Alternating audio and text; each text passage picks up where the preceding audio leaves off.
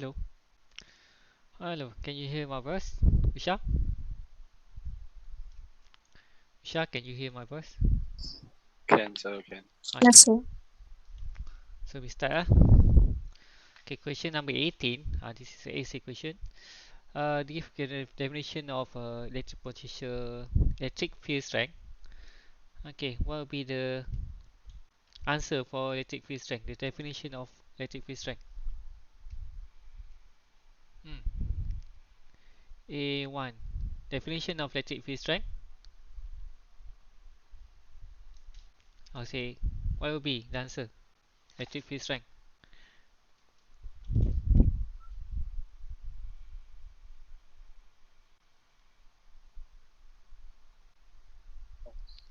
Electric field strength is very basic.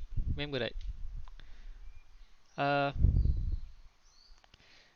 Electric field strength. Electric field strength is a point where a, a point in a point in the what you call in electric field. Electric field. This one definition you can see in your book. Okay, electric field. Uh, Point is electric is a test with electric field strength is a point in electric field where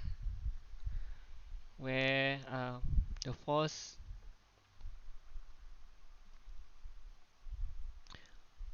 per unit positive charge. Okay, so basically if you have a positive charge, the positive charge will be experiencing a force in the electric field. When you have electric field, electric charge, the test charge will be experiencing a electric force. Okay. Okay, number two, electric potential. Electric potential always it always been connected or relate to the work. So actually, it's a work done. It's a electric potential, as I said, electric potential V. Okay, at a point in electric field.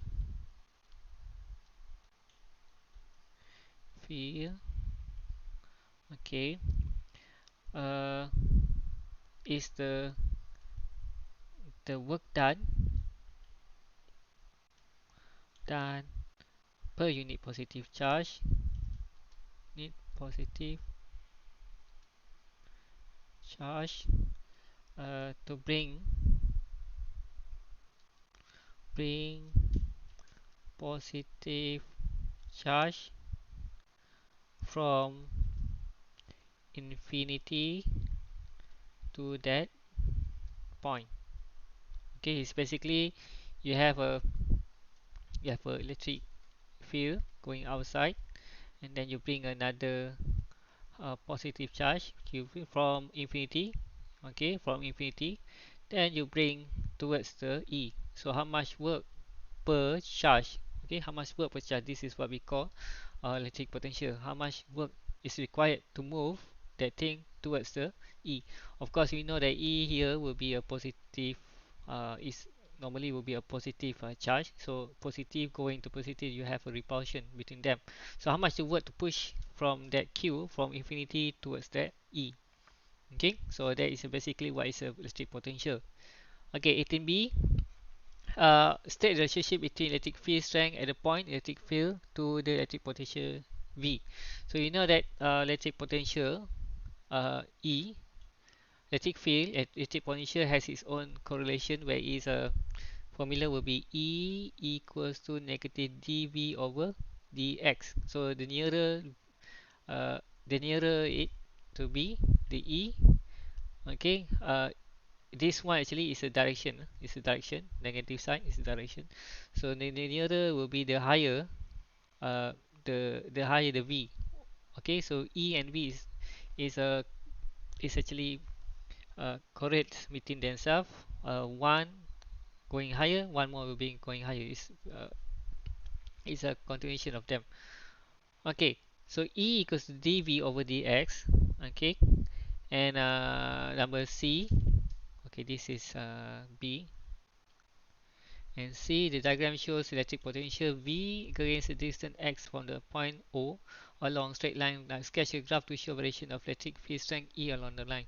So so you can see that here we have V from negative 3 goes to 2, and from negative 2 going to 1, and from 1 goes to number 4. Okay. Okay, so now we have to draw again. So you see, this is the gradient. E dv of dx is all about the gradient of the E. Right? It's the grade. It's all about the gradient of V. So as you can see, there are two gradients over here, this side and this side. The others don't have any gradient. This two from the point negative 2 to 1. Okay, from negative 2 to 1 over here, it doesn't have any gradient, so it will be 0.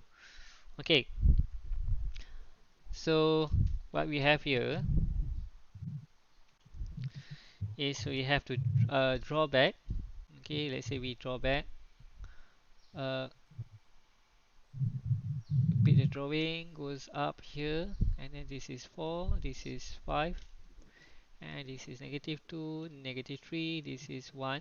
Okay, so again I'm using the same graph. Okay, so this side, you see is negative, right? It's negative dv over dt. So at this point, I'm using this color. Okay, 3, and this is 2, and this is 1 until the end of point. Okay, so 3 has a certain value. Okay, there is 2 over 3. 2 over 3, the value you can get from dv over dt, you just divide it. Okay, dv over dt is 2 over 3 over here, goes up, and until this point, from 2 to 3 or 1, from uh, this point you don't have any gradient, so it's 0, right? Don't have any gradient, so it continues from here and goes to number 4 because we have a gradient on top over there. So here the value will be negative 2, 1 over 3. So the graph will shows you, if you have a graph of C, as question for question number C. So you have going up and goes to uh, the origin, or the y-axis, and then goes down. We have a 0, and then goes down again until you have negative 2 over 3, and then it goes up until number 4. So this one will be the graph. Actually, you can relate it with the velocity and acceleration graph. Okay, just like that, but you have a negative magnitude, so you have to flip it.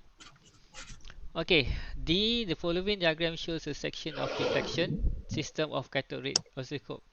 So we have oscilloscope, and we know that the oscilloscope, okay, is it will be diverge the it will deflect the electron, or deflect the proton. Okay, so it enters two parallel plates, metal 5 meter long. Okay,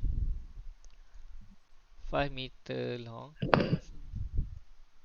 I have to move someone here. Oh, Sheridan. Okay, so we have a electron traveling with a certain speed, enters a space between two parameter plate 5 meter long and separated by 2 mm. Okay, so it will be 50 millimeter, and separated by this one will be 20 mm. Okay, the top plate is electric potential 60 volts. Okay, relative to other plate. So above, the difference between top and bottom will be 60 volt. Copy the figure and sketch the path of the electron in the electron between the plates. So we know that 60 volt on top. This one will positive, this one will negative. So there will be a electron that's passing through. So the electron will be traveling in a parabolic path like this. Okay, because it was uh, attracted to the positive plate on top. Okay, so this one will be the answer. Is a parabolic path going upwards. Okay, number two, find the magnitude and direction of relaxation of, this is number one. Find the magnitude of direction of the relaxation of electron in between the plates. So how much is the A over here? Okay, over here. So there were two forces that acting on the electron. One is because of the electric field. One more is because of the uh, one more is because of the gravity. Is it have gravity? Which one is electron? This is the gravity, right? Okay. Never mind, we just use the horizontal component of the force. So F equals to ma. Okay. So A, ma, and one more, we know that F equals to E, electron, magnitude of the charge of the electron, and the magnitude of the electric field, and equals to EV over D, right? So because E actually, you know that E equals to V over D. Okay. So again, we use we, uh, we compare both of the formula where we have MA equals to EV over D, left and right. So A acceleration is EV over MD, MD. Okay. So there you have it. You substitute the value of E, you substitute the value of V, you substitute the value of M, and you substitute the value of D. Okay, so you see that you have A equals to 5.27 times 10 power of 14 meter per second, meter per second squared. It's a restoration. So and it's a vertically upwards. Okay, vertically upwards. Okay, so this is question number 18. A, B, C, and D. Okay, any question for question number 18?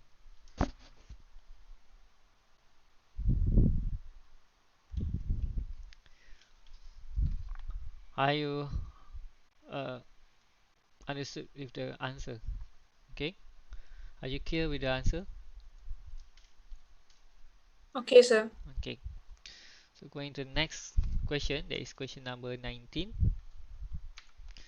Find the grave velocity of free electrons copper wire cross-sectional area when the current flowing through a wire is 1 ampere. So you have a copper wire cross-sectional area. It didn't say the shape of the wire, so we assume it's a circle. It's a circle shape. Okay, cross-sectional is circle. So this one will be 2.0 millimeter squared, and current flowing through the wire is 1.0 ampere. Okay, find the drift velocity. Okay, general, there will be a very basic formula for drift velocity is I equals to navi, right? I equals to NAVE, I equals navi, and V equals to I divided by N AE, right? Okay, so NAE, so I is the 1.0, N is the number of free electrons in copper here they given out. So this is N, and number of area you have to turns millimeter square into no, mm squared, right? Mm squared, no, mm squared to m squared. Okay, meter squared, millimeter squared to meter squared, and you have to also turn E, the value of charge of electron. So if you substitute everything, you have 3.125 times 10 power negative 5 meter per second. This is will be the speed velocity of drift velocity of the electron that is flowing through the conductor. Okay, B. Explain how the drift velocity of free electron carrying steady current when changes when potential the PD between the ends of the conduction is decreased. So it's a analogous when you have a flowing, when you have a waterfall. Then you have a waterfall. If you increase the height of the waterfall, of course the the flow, the flow of the current or the flow of the water will be faster. So if you have lower waterfall, you have lower height of the waterfall, it will be V will be slower, and if you have increased the potential of the waterfall, V will be higher. It's analogous to have a waterfall is flowing down. So when the potential difference between the ends of the conductor increase, so what happen is the electron, the okay, number P1, the electron will be accelerated uh, to higher velocity. Okay, this is B1. B2, the temperature of the conductor increases but current remain unchanged.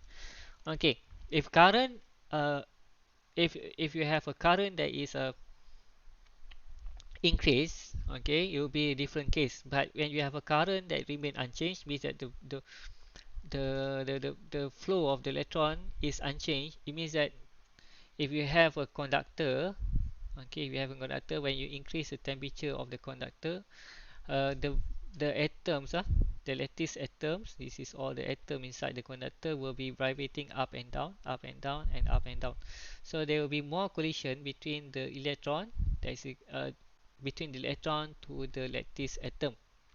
Okay, so you'll be making it will be slower and slower because the electrons are colliding with the lattice atoms. So what we can say is uh, number two. Okay, as the temperature increase, when the temperature increase, okay, the Vd will be decreased. Okay, because at temperature increase, uh, the the ion, okay, the ion in the metal, okay, in the metal lattice, okay, vibrate with greater amplitude. Okay, the mean free path decreases, okay, and free electron are unable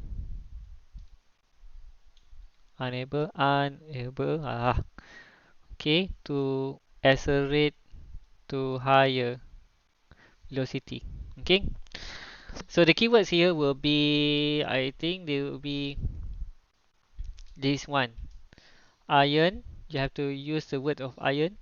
Metal lattice vibrate, we have to use that, metal lattice vibrate. Okay, this greater amplitude is not very you can use other words that is has the same meaning, but when we have metal lattice vibrate, you must use that words. Okay, and mean free path also is a word that you have to use. You cannot substitute with another words. So metal lattice vibrate you have to include in the answer, and mean free path also you have to include in the answer. This greater amplitude decreases and free unable to, this one free electron unable to accelerate higher, you can substitute with another words. Okay, what you have what you understood, but the two keywords on down there you have to use that, you cannot change with another words. Okay, so go, we going to 19C1. Okay, we have to erase all the links in on the slide. Okay, C1. In the circuit below, the EMF of the battery is 9 volts and external resistance negligible. Calculate the effective resistance in the circuit. This is very easy. If I were you, I will pick this question number 19 and question number 18. Okay, I think 20 is much more harder to solve. Okay, find the current through resistor. So if you see this kind of resistor, this is just making you to just a trick you actually. I can arrange back this kind of the resistor in another way. So you see, it was joined here, so I can put over here.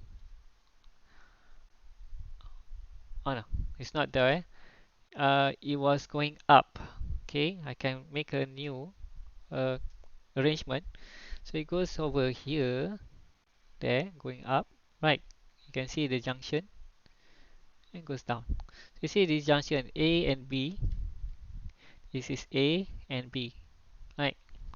So actually you can arrange. Sometimes they just making you a miserable life just to arrange back the resistor. Okay. So how to do this kind of question? It's easy. Do the furthest from the power source. So the furthest from the power source, you can solve this one first. Okay, these two resistor. This is A and B. And after you have uh, you call this what we call equivalent resistor A plus B, A plus B, then you combine with another resistor, this one. Oops, another resistor, you can use this one. Okay, so eventually you have one and two resistor. Okay, in the in the in the in one loop. Okay, so if you do that, you can have an answer. Uh,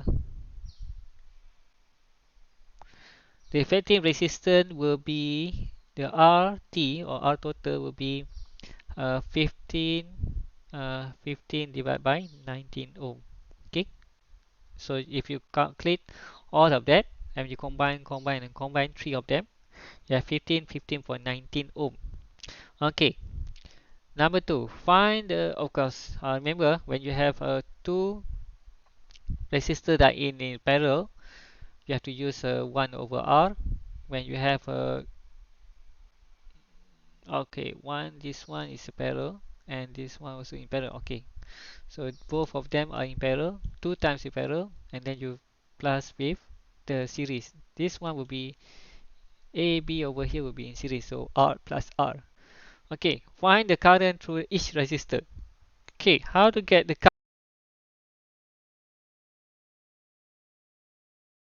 how to get the value of current that pass through the resistor. Okay, so first of all, we have to find the current at this point first because it goes to R1 first. Then we can get the value of I1. Why we not be getting this here? Because this is very hard because one thing is already separated. This I1 is already separated to others uh, three others current. I mean a fraction of current that one I1 is actually I2 plus I3 plus I4. So we are using I1 first because this is the current that flows through from the power source. Okay, so to get the current of R1, we know that I equals to V over R. So I equals to V over R. Okay, and we are going to use VT over RT. Why using VT over RT? Because we want to use a total. And actually, this I1 is actually IT. I mean the I total of the current of the circuit. Okay, so I total equals to VT over RT. So V total is 9 volt. Of course, when it flows into the circuit, when coming back it will be 0. So it will be 9 divided by RT. RT you can get from answer over here. Right. So 15 divided by 19. So you have answer will be 0.57 ampere. Okay, so over here the current that flows through I1 will be 0.57 ampere. This is the current that goes through. Okay, so later on this 0.57 will be separated into 1, 2 and 3. Okay, so that's why we are not taking the current that flows through the R2, R3 and 4 because this is was fraction of I1. Okay,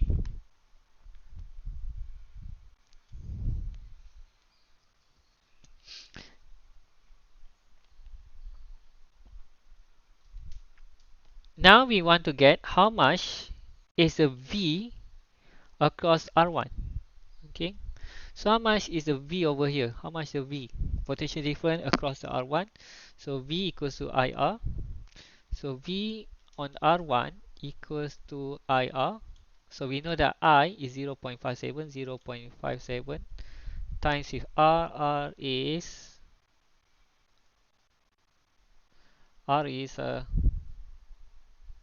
12 because this is 12 over here, right? We are not using RT, we are using R because it's a is V on that R1.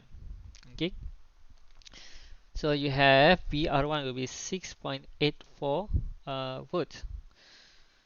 So we have remained 6.84 volts. This 6.84 volts uh, will be minus with 9 volt over here. So 9 volt minus 6.84 volt will be the remain of 1, 2, 3 over here. Okay, 1, 2, 3. And if you minus, you have a balance of 6 to 2.16 volts across that will be shared between 1, 2 and 3. Okay, this is different sharing current and sharing the voltage. This voltage will be same. Uh, this voltage 2.16 will be same on of the three of the resistor because they are in parallel. In current, in other hand, will not be same because it was depend on the value of the resistor. Means that the value of resistor R2, resistor R3, and S4 doesn't have the same uh, value. If it had the same value, they will be easier. But we don't have the same value of R2, R3, and R4. Okay. So what we have here, what we know from the theory that we have a 2.16 V that has the same value on R2, R3, and R4. Okay. So we from there we can use the I equals to V over R. This is I on R2. There is we know there is 2.16 divided by 6 because R2 is 6, so we have 0.36 ampere. And current through R3 that is 2.16 is I on R3 to divide by sorry is 18 will be 0.12 ampere, and I on R4 will be equals to 2.16 divided by 24, so equals to 0.09 ampere. Okay, so that will be the answer. Okay, so remember that uh, you have to learn the theory of the electronics. What happen if the current is separated? What happen when the voltage? What will be the balance of voltage? What happen to the balance of voltage? Okay, either it's shared or either have the same value among uh, all the resistor. Okay, we have only 5 minutes more. Okay, write down the formula of magnetic flux and explain its symbol use. I think this one you can get from the book. Very easy. State the Faraday's law. Faraday's law also in the books also you can get that. Okay, there's nothing. There's no change about it. Okay. A piece of wire PQ a mass M slide down freely along. Okay, so this one we are going to discuss this one. Okay, we have two conductor, one here, doesn't move, and we have a slider over. This is slider, and this wire will be falling down to because of the gravity. Okay, so magnetic flux B equals to B cos alpha A. Why we have alpha? Because it was we want to use a horizontal component left and right. That's why we use cos alpha. Okay, and equals to B cos alpha dl. Okay, because we're using A dl, and equals to B dl cos alpha. So from Faraday's law, it says that E equals to d flux over dt negative. So negative d, all the things here you put down here, negative bd or bl, bd or bl, bdl, b, oh yeah, we have here bdl. So bdl cos alpha, okay, divided by dt. So equals to uh, b dv cos alpha, okay, with the dl or dl y, okay, dl over dt. Length divided by time, we have, sorry, we have don't have the v dv yet. B dv cos alpha, okay. So L divided by T, you have B dv cos alpha. Okay, so using V square equals U square plus 2AS because it was sliding down, right? So you have 0, initial velocity will be 0, plus 2G sine alpha L. Okay, yeah, the the incline, how much the incline going down. So V going here, V is equal to square root of 2GL sine alpha, and you have E, there's this whole thing here, I mean this whole thing you put back. So E equals to negative BD cos alpha and cos alpha square root of 2GL sine alpha. Okay, so this one will be the answer. Okay, screenshot first. We have 3 more minutes. Okay, and D, okay, I want to clear up this one. And D, I equals to E equals to NBA omega.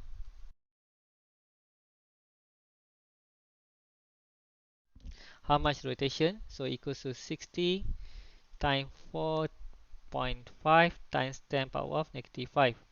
Okay, and times with, this is B, this is time with the pi times 0.008 divided by 2 squared, and 2 times pi times 30. So this is omega, the value of omega. Okay, so you end up with how much the E is 2.6 times 10 power of negative 5 volts generated. Okay, induced EMF. So number 2 is E, the RMS, equals to E naught over square root of 2. So 2.56 times 10 power negative 5 divided by square root of 2. So you have 1.81 times 10 power negative 5 volts. So this is E RMS. RMS. Okay. Next is E. What happened? Same rate in the same direction. Fixed was rotated in same direction while we induce EMF. So the EMF is in the opposite direction. Okay, EMF will be in the opposite direction. Okay, so we have only 1 minute left. So tomorrow we're going to discuss the next paper Okay, we start with objective first, and then if you have the time, we continue with the structure. Okay, see you again tomorrow. Okay, sir. Thank you, sir. Okay. If any question, you can ask me in the WhatsApp group.